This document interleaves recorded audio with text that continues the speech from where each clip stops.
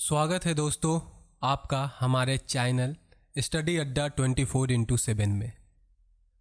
आज हम बात करेंगे डिफेंस सेक्टर के जॉब के रिलेटेड। डिफेंस सेक्टर एक ऐसा सेक्टर है जहां पर बचपन से हम लोग जब बड़े होते हैं आर्मी में, एयरफोर्स में, नेवी में जाने का सोचते हैं। हर बच्चों का एक सपना होता है कि वो डिफेंस में जाए।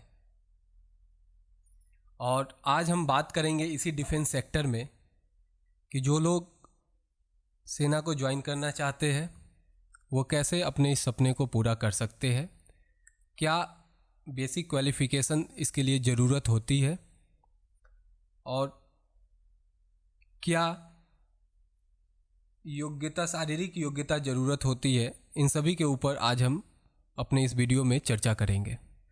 तो आइए चलते हैं बिना समय गंवाए कि कैसे आप इंडियन नेवी, इंडियन आर्मी या इंडियन एयरफोर्स ज्वाइन करना चाहते हैं तो क्या क्या इसके लिए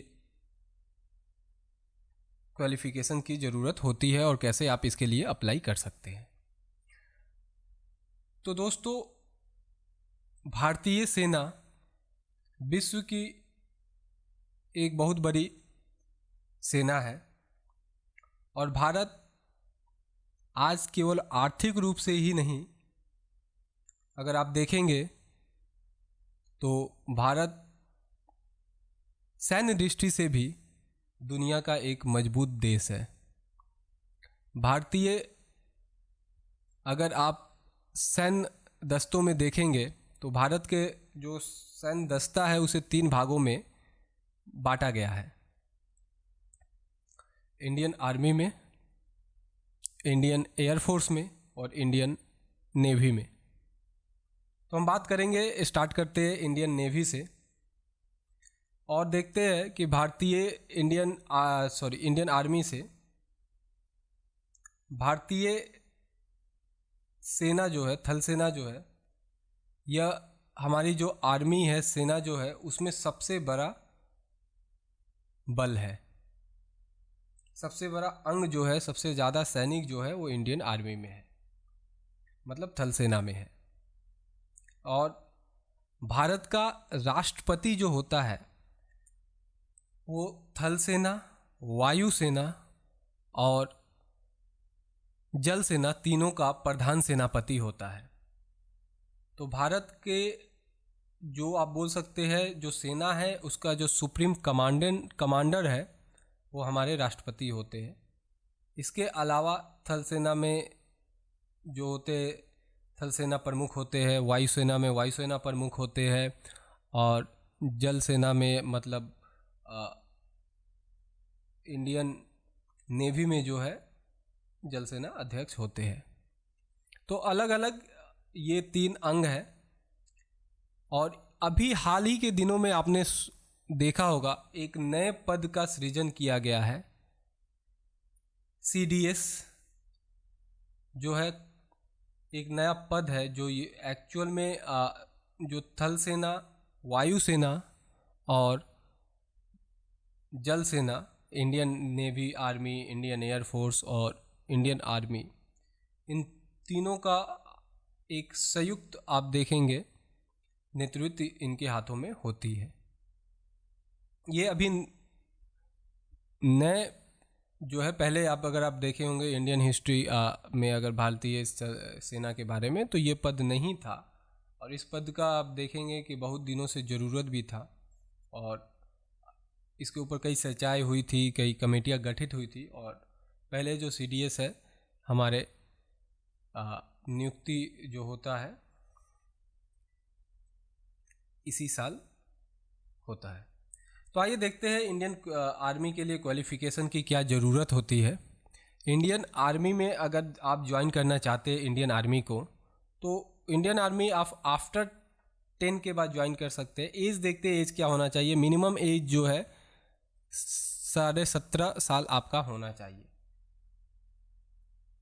क्वालिफ़िकेशन जो है, एजुकेशनल क्वालिफ़िकेशन क्या होना चाहिए। एजुकेशनल क्वालिफ़िकेशन में आप मैट्रिक अर्थात माध्यमिक पास होना चाहिए। उच्च माध्यमिक भी अगर आप माध्यमिक या उच्च माध्यमिक तो आपको मिनिमम क्वालिफिकेशन है अगर आप इंडियन आर्मी ज्वाइन करना चाहते हैं तो।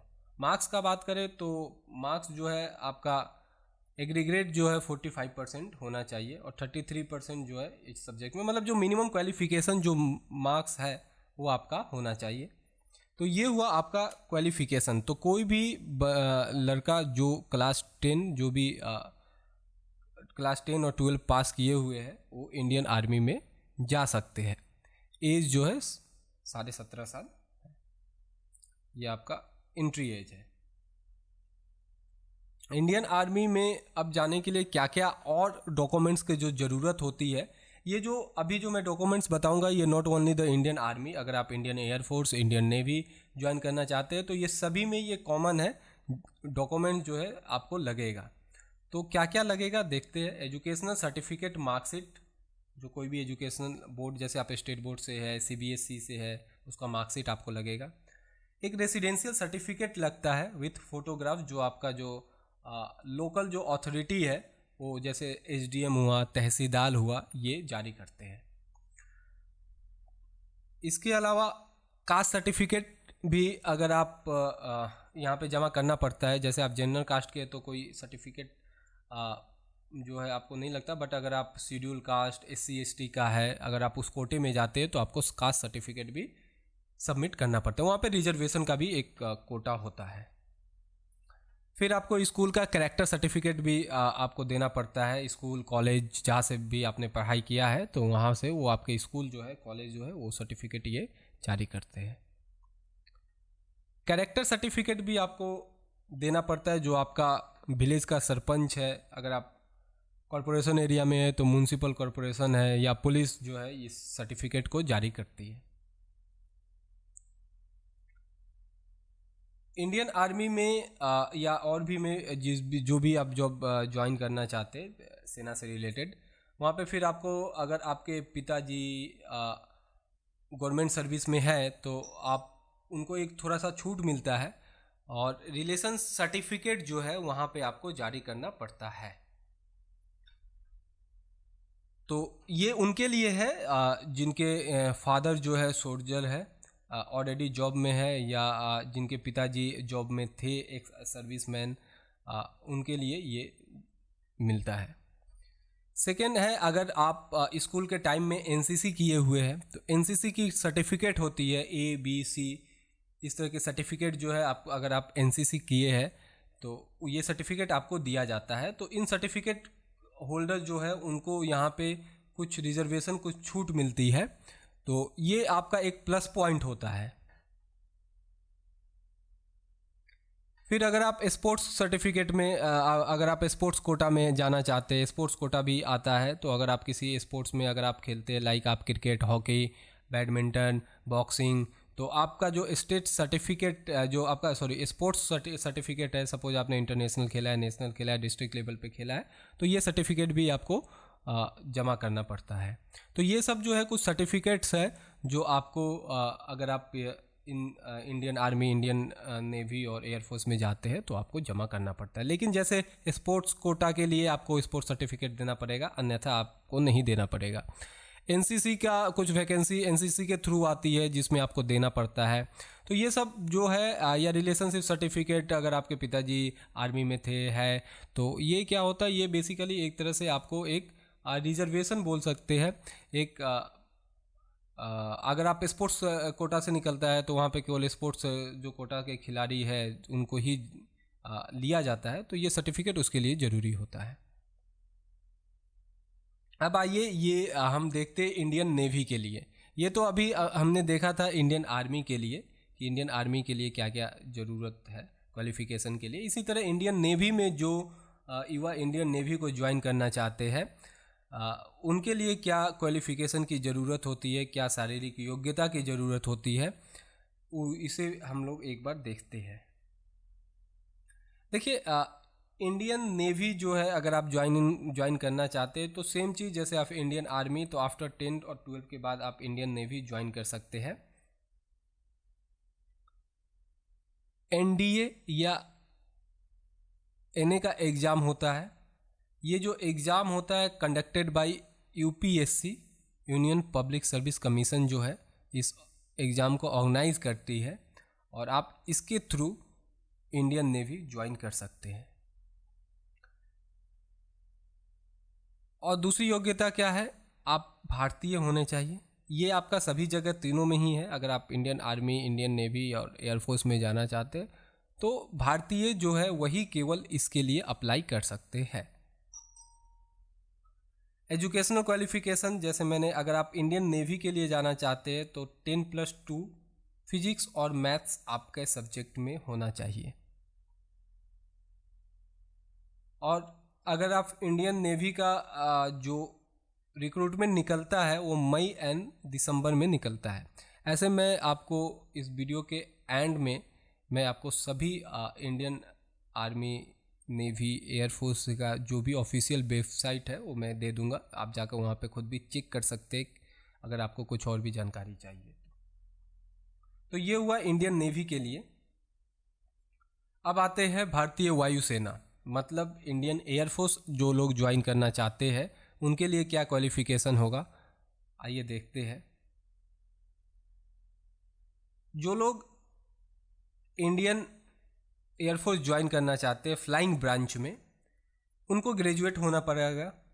अगर आप स्नातक हैं तो आप इंडियन एयरफोर्स में फ्लाइंग ब्रांच में आप ज्वाइन कर सकते हैं। इसके लिए एक कॉमन डिफेंस जो है CDS का एग्ज़ाम होता है, इस एग्ज़ाम को आपको देना पड़ेगा और इस एग्ज़ाम के थ्रू आप जा सकते हैं।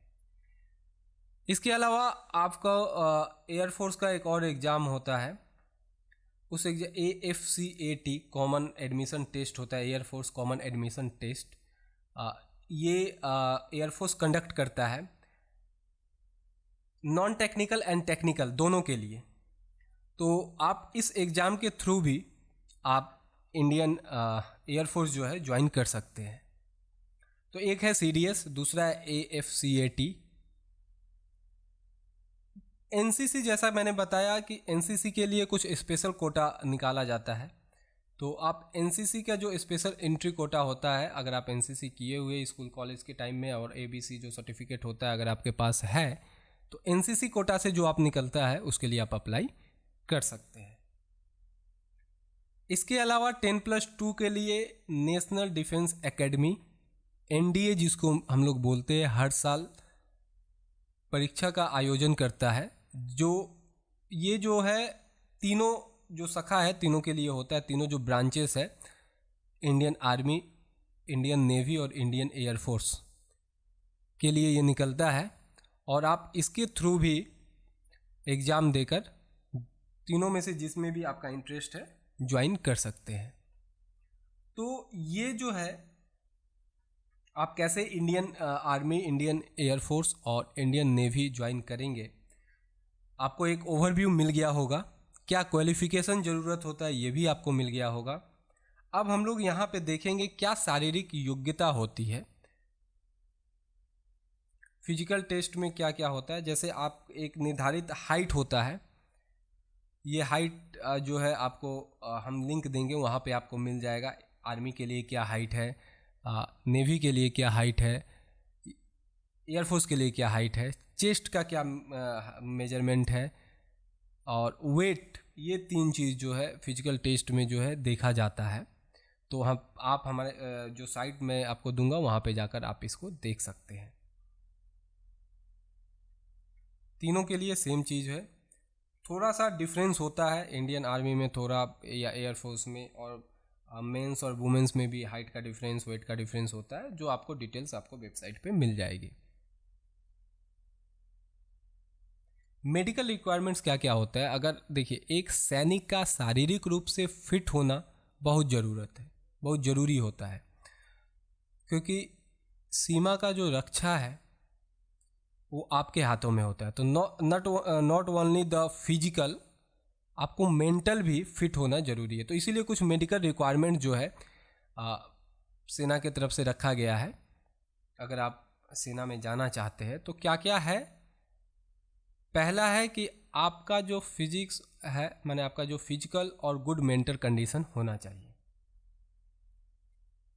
आपकी जो आंखें हैं 6x6 जो होता है डिस्टेंस, जो विजन होता है वो होना चाहिए। तिथ जो है आपका नेचुरल होना चाहिए, मतलब किसी भी तरह का उसमें डिजीज़ नहीं होना चाहिए। आँखों से रिलेटेड जैसे कलर, जैसे बहुत से लोग जो होते हैं फिजिकली तो फिट होते हैं, बट आप देखते होंगे कि कलर ब्लाइंडनेस के कारण छट जाते हैं, उनका चयन नहीं हो पाता है। तो आपकी जो आँखें हैं, जो डिस्टेंस जो होना चाहिए वो करेक्ट होना चाहिए, 6x6 का होना चाहिए। तिथ जो है आपका हेल्दी होना चाहिए। साथ ही साथ आपको कुछ जैसे बीमारियां है, हाइड्रोसिल, पाइल्स या बोन से रिलेटेड ये नहीं होना चाहिए। तो ये कुछ जो है बेसिक मेडिकल रिक्वायरमेंट्स होती है जो आपको इंडियन आर्मी, एयरफोर्स या नेवी ज्वाइन करते हैं तो ये चेक किया जाता है।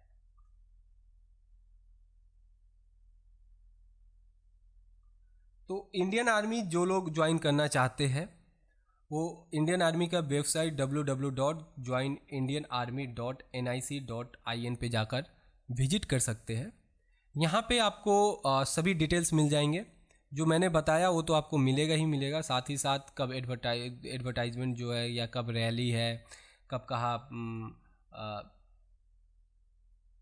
रैली आयोजित होने वाली है, ये सभी डिटेल्स जो आपको है ज्वाइन इंडियन आर्मी का जो वेबसाइट है वहाँ पे आपको मिल जाएगा।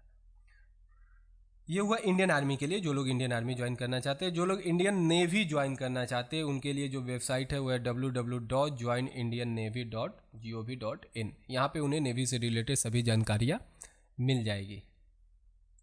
तीसरा जो है, जो लोग भारतीय वायुसेना, भारतीय एयरफोर्स को ज्वाइन करना चाहते हैं उनके लिए indianeairforce.nic.in पे जाकर लॉगिन करेंगे और यहाँ पे उन्हें एडवर्टाइजमेंट, जो भी वैकेंसी है, जो भी क्वालिफ़िकेशन है, मैंने तो यहाँ पे आपको बताया ही है। और भी डिटेल्स में अगर आप जानना चाहते हैं तो वहाँ पे आपको मिल जाएगा। तो दोस्तों, आशा करता हूँ कि आपको हमारा ये जो वीडियो है पसंद आया होगा और ये आपको आपका जो ड्रीम है इंडियन आर्मी या इंडियन नेवी या इंडियन एयरफोर्स में जाने के लिए उसमें सहायता करेगा और आप जो है भारतीय सेना को ज्वाइन कर देश का सेवा करेंगे। थैंक यू दोस्तों हमारे इस वीडियो को देखने के लिए। इस वीडियो को लाइक, शेयर एंड सब्सक्राइब करना ना भूलें और हमारे टेलीग्राम ग्रुप को भी ज्वाइन करना ना भूलें, जहाँ पे आपको फ्री टेस्ट पेपर और वैकेंसी से related update time to time मिलते रहेंगे। धन्यवाद।